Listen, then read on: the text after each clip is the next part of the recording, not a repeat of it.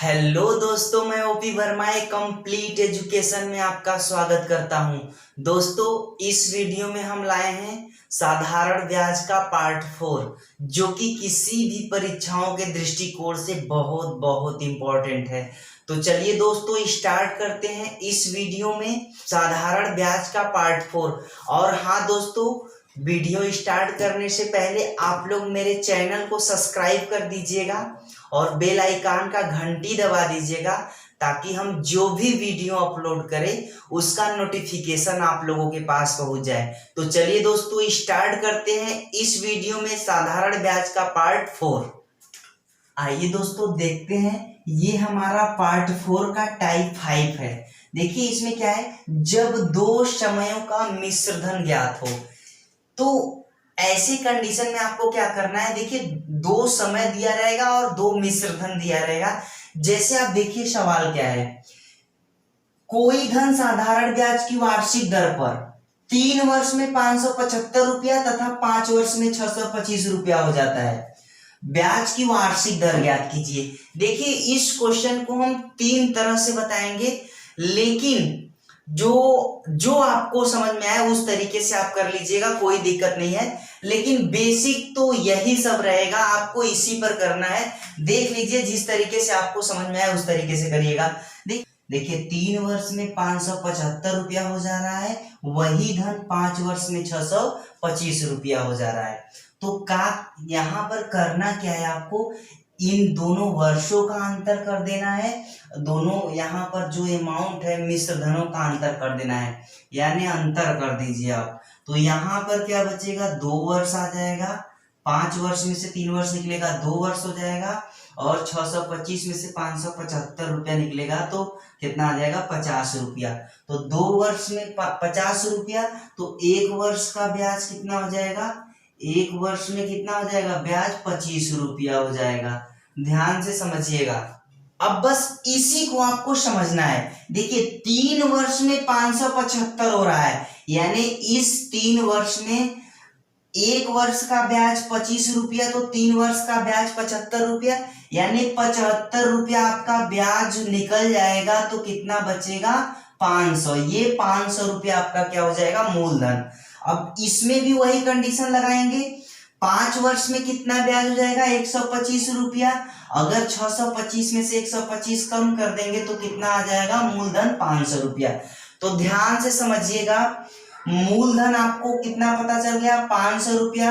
ब्याज कितना मालूम हो गया, 75 रुपया। मिश्र धन कितना है, 575 रुपया। समय कितना है, 3 वर्ष।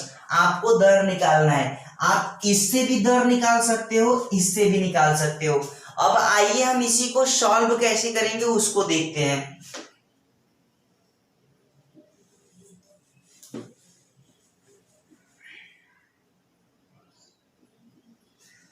देखिए हम इसी सूत्र को लगा रहे हैं यहां पर, ठीक ना। देखिए यस आई बराबर क्या होता है, यस आई बराबर क्या होता है, पी गुणे आर गुणे टी पी आर टी बटे 100। देखो हम इस वाले से पहले लगा रहे हैं। देखो आपका ब्याज कितना हो जाएगा, 75 रुपया। मूलधन कितना हो जाएगा, 500 हो जाएगा।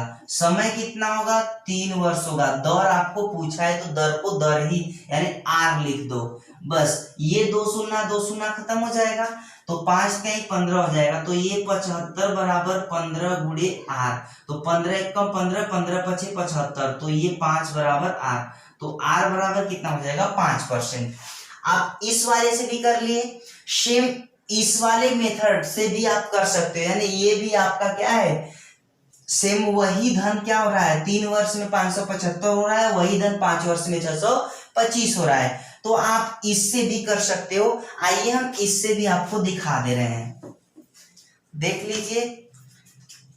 फिर से वही सूत्र लगाएंगे। यस आई बराबर क्या होता है, पी गुणे आर गुणे टी पी आर टी बटे 100। यस आई इसमें आपका साधारण ब्याज कितना है, 125 रुपया। मूलधन कितना है, 500। आपको समय कितना दिया है, समय 5 वर्ष दिया है। और उसके बाद दर आपको पूछा है, तो दर को दर ही रहने दीजिए। देखिए ये 2 0 खत्म हो जाएगा। इधर हमारा 125 और इधर हमारा 5 पचे 25 गुणे आर हो जाएगा। 25 से कम 25, 25 पंजे 125 यानी 5 बराबर आर। तो चाहे इससे हल करिए चाहे इस वाले से हल करिए, आपका क्या आएगा, दोनों का परसेंटेज यानी दर जो आएगा वो कितना आएगा, समान आएगा। क्लियर है। अब देखिए इसी क्वेश्चन को हम दूसरे तरीके से कैसे हल करेंगे। आपको एक तरीका क्लियर हो गया, क्लियर है ना। देखो जो दूसरा तरीका है वो आप इस पर भी लगा सकते हो। देखो मूलधन आपको यहाँ पर पता है 500 रुपया, चाहे हम दोनों से लगा सकते हो, इस वाले को भी रख कर सकते हो, इस वाले को भी पूरा रख कर इस पर कर सकते हो। तो मूलधन को क्या रखोगे 500, हम पहले वाले को रखे हैं, मूलधन 500 रखोगे, मिश्रधन 575 रखोगे, गुणे 100, फिर 100 प्लस दर नहीं पता है तो दर को आप आर लिख दो, फिर समय 3 वर्ष दिया है, हल कर लेंगे, इससे भी आपका आ जाएगा। लेकिन हम आप लोगों को उससे बेटर इस पर आप लोग हल कर लीजिएगा, ये बताएंगे तो टाइम बहुत ज्यादा हो जाएगा। ठीक है, हम आप लोगों को एक दूसरा तरीका बता रहे हैं, इस पर आप लोग कर लीजिएगा। ठीक है, देखिए अब हम आपको क्या बता रहे हैं, ध्यान से समझिएगा। आपको दर पूछा है, देखो इसमें आपको क्या क्या पता है, समय पता है, मिश्रधन पता है, ब्याज पता है, मूलधन पता है। तो बस आपको क्या करना है, दर ही नहीं पता है ना, तो दर को हम आर मान लेते हैं, दर हमारा क्या है आर हो जाएगा। ठीक, दर को हम आर मान ले रहे हैं। तो आपको क्या करना है, दर और समय का क्या करोगे, गुणा करोगे। तो दर और समय का गुणा इस पहले वाले मेथड को हम कर रहे हैं, इस पहले वाले मेथड को हम हल कर रहे हैं। तो इसमें क्या करना है आपको, दर और समय का क्या करोगे, गुणा करोगे। तो दर और समय का गुणा करोगे तो 3 गुणे आर बराबर क्या हो जाएगा, 3r परसेंटेज। 3r परसेंटेज का मतलब ये हो गया कि इतना परसेंट ब्याज मूलधन पर लगेगा। तो इतना परसेंट ब्याज जब मूलधन पर लगेगा तो मूलधन आपका कितना है 5%, 500 रुपया है। तो 500 का यदि हम 3r परसेंट निकालेंगे तो वो हमारा इतना 75 रुपया ब्याज हो जाएगा। तो ये देखो ये 100 खत्म हो जाएगा, 5 त्याई 15, r बराबर 75। तो r बराबर कितना हो जाएगा, r बराबर 15 पचे 75 यानी 5% हो जाएगा। इस तरीके से आप कर सकते हो, इसी तरीके से आप इस पर भी कर सकते हो। बात समझ में आ गया, क्लियर है। यानी इस तरीके से आपका जो भी क्वेश्चन होगा वो आप बड़े आसानी से सॉल्व कर सकते हो, बस आपको थोड़ा सा ध्यान देना होगा। दोस्तों हम 5वीं टाइप का एक क्वेश्चन आप लोगों को बता चुके हैं, जिस तरीके से आपको करना हो कर लीजिए, कोई दिक्कत नहीं है। हम यहाँ पर 2-3 क्वेश्चन लिख दे रहे हैं, आप लोग क्वेश्चन का स्क्रीनशॉट ले लीजिएगा और उस क्वेश्चन को सॉल्व कर लीजिएगा। सेम आपका तरीका जो बताए हैं वही तरीका रहेगा, उसमें कोई चेंज नहीं रहेगा, एकदम बड़े आराम से कर सकते हो। दोस्तों ध्यान दीजिएगा, ये जो आपका दूसरा क्वेश्चन है वो सेम जो हम क्वेश्चन बताए एकदम सेम उसी पर आ जाएगा, लेकिन इन दोनों क्वेश्चन में थोड़ा चेंजिंग है। आप थोड़ा सा दिमाग लगाइएगा, बड़े आसानी से इसको कर लेंगे। ठीक है, अब हम चलते हैं नेक्स्ट टाइप पर, जो कि किसी न किसी परीक्षाओं में वो क्वेश्चन आप लोगों को देखने को जरूर मिला होगा। चलिए आप लोग नेक्स्ट टाइप को देखिए।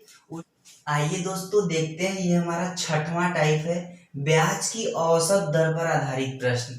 ये आपका 6वां टाइप है। देखिए एक क्वेश्चन इसमें देखिए, एक व्यक्ति ने 15,000 रुपए का कुछ भाग 15% वार्षिक और कुछ भाग 10% वार्षिक ब्याज की दर पर उधार दिया। व्यक्ति को कुल पर 12% औसत वार्षिक दर से ब्याज प्राप्त हुआ, तो 10% की दर पर दिया गया धन ज्ञात कीजिए। देखिए ये आपका क्या है, क्वेश्चन है। इस क्वेश्चन को करने के लिए सबसे बेटर तरीका क्या है, बेस है, लेकिन वो बहुत लंबा हो जाएगा, समझ रहे हो, बहुत लंबा हो जाएगा। इसलिए इस क्वेश्चन को आपको बेस पर नहीं करना है। इसका 2 बेस हमको कंफर्म है, लेकिन वो दोनों बहुत लंबा हो जाएगा। और एक ट्रिक है छोटा सा, उस ट्रिक पर ही आपको करना है, क्योंकि परीक्षाओं में आपके पास समय बिल्कुल नहीं रहेगा। अगर आप बेस को देखेंगे तो वो नहीं हो पाएगा, समझ रहे हो ना, क्योंकि परीक्षाओं में आपके पास बिल्कुल समय नहीं रहता है, इसलिए आपको ट्रिक पर ही करना बेटर है। आइए देखते हैं, और वही तरीका, बस उसी तरीके से आप इस क्वेश्चन को सॉल्व करोगे और कोई तरीका नहीं अपनाओगे, ठीक है। ध्यान दीजिएगा, आप एक बात समझ लीजिए, टोटल आपका धन कितना है, 15,000 रुपया है। 15,000 रुपया आपका टोटल अमाउंट है। फिर पहला भाग जो है, इधर हमारा पहला भाग है और इधर जो हमारा है वो दूसरा भाग है। बात समझिए, पहले भाग पर कितना परसेंट वार्षिक ब्याज दे रहा है, पहले भाग पर 15% और दूसरे भाग पर 10% वार्षिक ब्याज लगा रहा है। तो इस तरीके से हम क्या करेंगे, ऐसे करेंगे, ठीक है, इस तरीके से 3x कर देंगे, और जो 12% औसत वार्षिक दर से ब्याज प्राप्त हुआ है उसको आप यहाँ पर लिख देंगे 12%।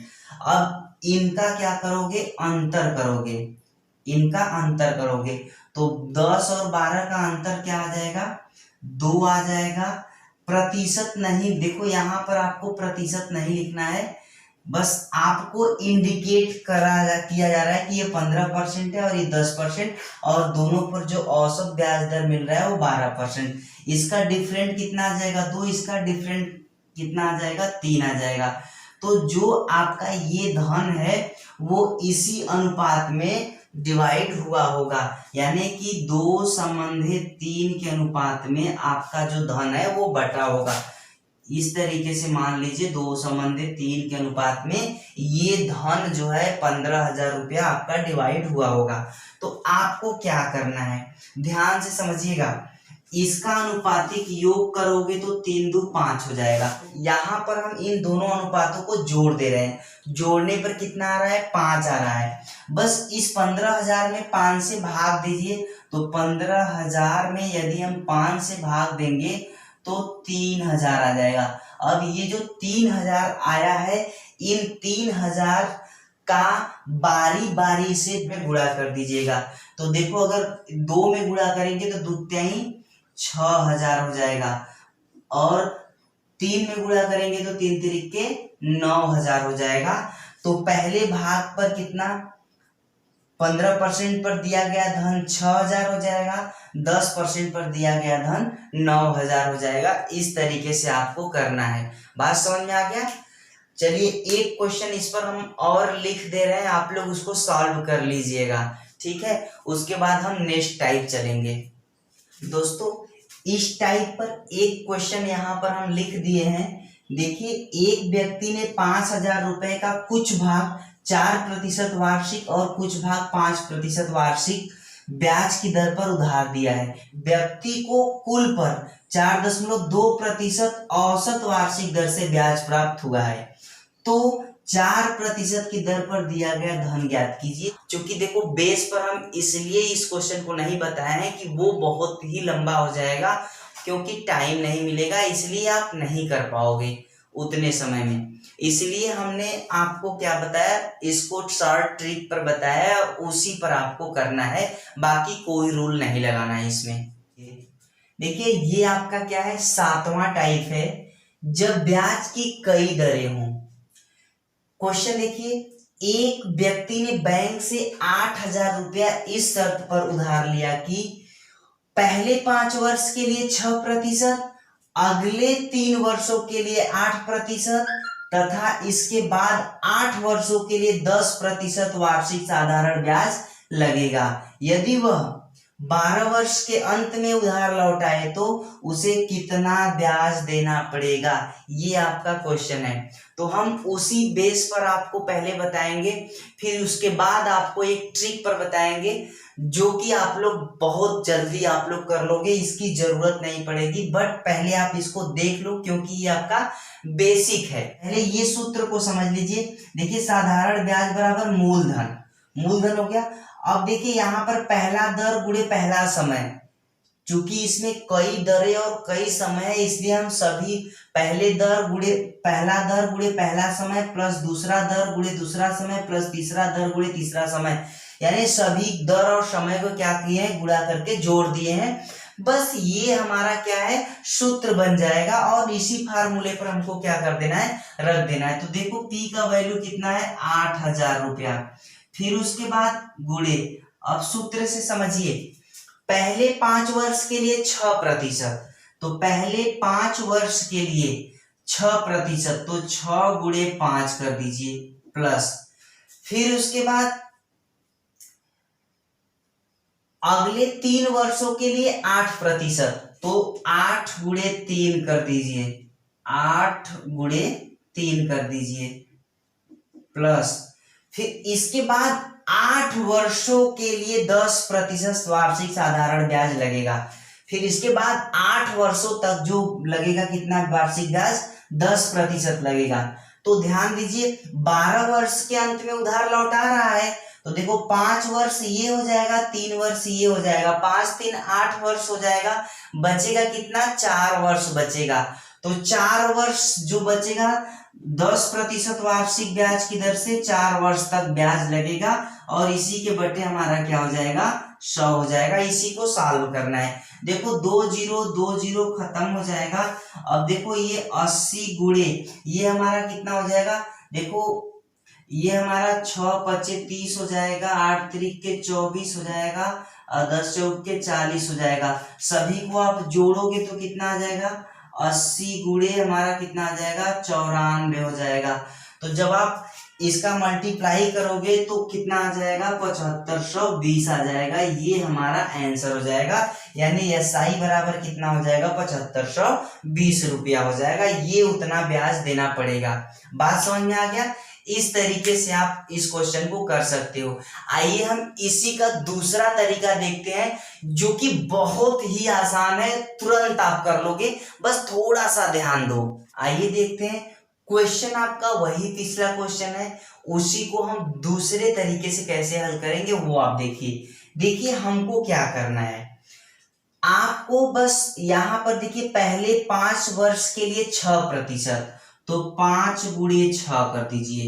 फिर उसके बाद अगले 3 वर्षों के लिए 8%, तो अगले 3 वर्षों के लिए 8%, यानी कि 3 गुणे 8, फिर प्लस, फिर अगले 8 वर्षों के लिए 10% वार्षिक साधारण ब्याज लगेगा।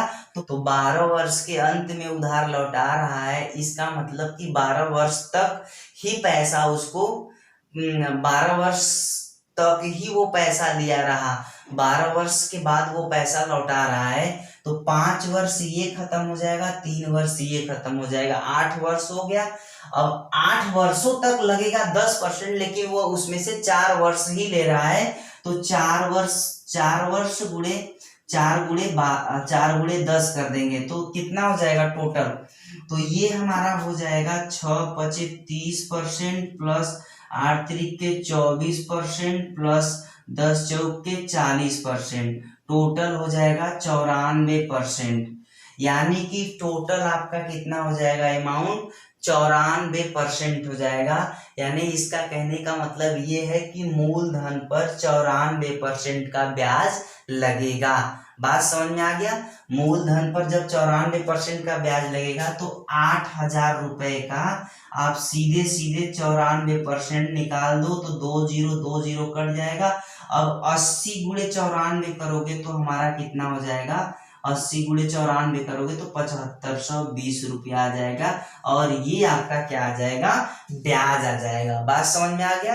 क्योंकि मूलधन पर 94% का ब्याज लग रहा है तो मूलधन का 94% निकाल दे रहे हैं तो 7520 रुपया आ जा रहा है। क्लियर है। ध्यान से देखिए दोस्तों, ये हमारा इसी टाइप का नेक्स्ट क्वेश्चन है। किसी धनराशि पर पहले 2 वर्षों के लिए 4%, अगले 4 वर्षों के लिए 6% और इससे अधिक समय के लिए 8% वार्षिक ब्याज जोड़ा गया। यदि 9 वर्षों में कुल साधारण ब्याज 1120 रुपया हो तो वह धनराशि ज्ञात कीजिए। इस क्वेश्चन में ध्यान से समझिए, इसमें मूलधन पूछा है, साधारण ब्याज आपको दे रखा है। बात समझ में आ गया। आप इस सूत्र पर रखकर इस क्वेश्चन को कर लीजिएगा। हम इस क्वेश्चन को जो ट्रिक वाला मेथड है उस पर आप लोगों को क्लियर करा रहे हैं, उसी पर आप लोग देखिएगा। ठीक है, आपको कोई सूत्र याद नहीं करना पड़ेगा, एक बात ध्यान रखिएगा। अगर उस पर चलोगे तो आप लोग इस पर कर लीजिएगा। हम ट्रिक वाला मेथड जो है उसी को हम बता रहे हैं। चलिए देख लीजिए, पहले 2 वर्षों के लिए कितना परसेंट लगेगा? पहले 2 वर्षों के लिए 4%। तो हम 2 वर्षों के लिए 4%, तो 2 और 4 का गुणा कर दे रहे हैं। फिर 4 वर्षों के लिए 6%, फिर 4 वर्षों के लिए 6%। देखिए अब 4 वर्ष और 6 वर्ष बीत चुका है। एक बात ध्यान रखिएगा, इससे अधिक समय के लिए 8% वार्षिक ब्याज जोड़ा जाएगा। यानी 9 वर्षों में कुल साधारण ब्याज 1120 रुपया, यानी कि जो मूलधन पर कितने वर्षों तक ब्याज लगेगा? 9 वर्षों तक ब्याज लगेगा। तो 2 वर्ष ये खत्म हो गया, 4 वर्ष ये, 4 2 6 वर्ष हो गया, बचा कितना? तो यहाँ पर 3 वर्ष बचेगा। तो 3 वर्ष के लिए कितना परसेंट? 8% वार्षिक ब्याज लगेगा। तो ये हमारा 4 दूना के 8 प्लस 6 चौक के 24 प्लस 8 तिरिक के 24, तो ये 24 24 48 8 56%। यानी मूलधन पर, ध्यान से समझिएगा, मूलधन पर टोटल कितना परसेंट ब्याज लगेगा? 56% ब्याज लगेगा। अब चूंकि मूलधन तो आपको पता नहीं, आपको क्या पता है? आपको 1120 रुपया क्या पता है? साधारण ब्याज पता है। ठीक है, कोई बात नहीं, आपको बस ध्यान से समझना है। यदि हम मूलधन का 56% निकालेंगे तो वो 1120 रुपए के बराबर होगा कि नहीं? तो हम कह सकते हैं कि ये 56% 1120 रुपए के बराबर है। क्यों बराबर है? 56% ब्याज लगेगा। ये परसेंट में ब्याज है और ये 1120 रुपया में ब्याज है। बात समझ में आ गया? तो हम लिख सकते हैं 56% बराबर 112, यानी 1120। तो 1% बराबर 1120 के बटे 56 हो जाएगा। तो 100% बराबर कितना हो जाएगा? 1120 के बटे 56 गुणे 100। तो 56 दूना कितना हो जाएगा? 112। तो ये 2 गुणे, ये 2 और 0 यानी 20 हो जाएगा। 20 गुणे 100 करेंगे तो कितना हो जाएगा? 2000 रुपया हो जाएगा। तो ये हमारा 100% ही क्या हो जाएगा? मूलधन हो जाएगा, अर्थात कितना हो जाएगा? 2000 रुपया हो जाएगा। दोस्तों बस इस वीडियो में बस इतना ही। यदि हाँ दोस्तों आप लोगों को वीडियो पसंद आया है तो प्लीज वीडियो को लाइक कर दीजिएगा और शेयर कर दीजिएगा। ऐसे बेहतरीन मैथमेटिक्स का वीडियो देखने के लिए आप मेरे चैनल को सब्सक्राइब कर दीजिएगा। धन्यवाद दोस्तों।